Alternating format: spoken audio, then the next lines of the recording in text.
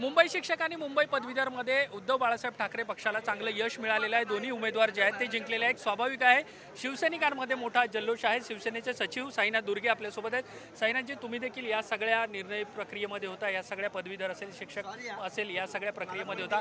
काय प्रतिक्रिया आहे, काय भावना आहे? आम्हाला असं वाटतं, सामान्य शिवसैनिक म्हणून असं वाटतंय की लोकसभेनंतर पुन्हा एकदा मुंबईकरांनी दाखवून दिलं की खरी शिवसेना कोणाची।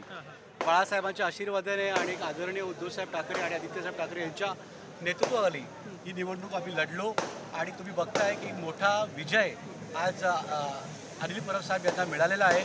आणि यासाठी सर्व शिवसैनिकांनी, शिवसेनेच्या पदाधिकाऱ्यांनी खूप मेहनत घेतलेली आहे आणि असाच विजय येणाऱ्या विधानसभेमध्ये पण तुम्हाला दिसेल। लोकसभा निवडणुकीनंतर होणारी पहिली निवडणूक होती, त्यामुळे सगळ्या राजकीय वर्तुळाचं लक्ष होतं की विधान परिषद निवडणुकीमध्ये नेमकं काय होणार। बघा काय झालं ते, पुन्हा एकदा मुंबईकर हे शिवसेना उद्धव बाळासाहेब ठाकरे यांच्या पाठीशी उभे राहिलेले आहेत। मला असं वाटतं ही विजयाची घोडदौड अशीच सुरू राहणार आहे येणाऱ्या विधानसभा आणि त्याच्यानंतर मग महानगरपालिकेच्या निवडणुकीमध्ये। आणि शिवसैनिक हे दाखवून देतील की खरी शिवसेना ही कोणाची आणि मुंबई आणि महाराष्ट्रामध्ये फक्त एकच आवाज चालणार, म्हणजे तो म्हणजे उद्धव बाळासाहेब ठाकरे यांचा। या निवडणुकीच्या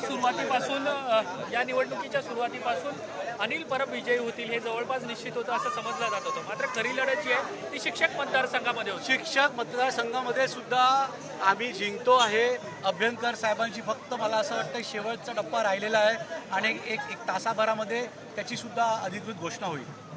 लोकसभा झाली, विधान परिषद, आता लक्ष आता विधानसभेमध्ये भगवा झेंडा आम्ही फडकवू आणि पुन्हा एकदा या महाराष्ट्रामध्ये शिवसेना उद्धव बाळासाहेब ठाकरे पक्षाचा झेंडा हा उंचवेल आणि आम्ही सगळे शिवसैनिक यासाठी कटिबद्ध आहोत आणि मेहनत करणार आहोत। धन्यवाद ही सगळी बातचीत केल्याबद्दल। जर्नलिस्ट सचिन शाह, मी देवेंद्र कोलटकर, NDTV मराठी, नवी मुंबई।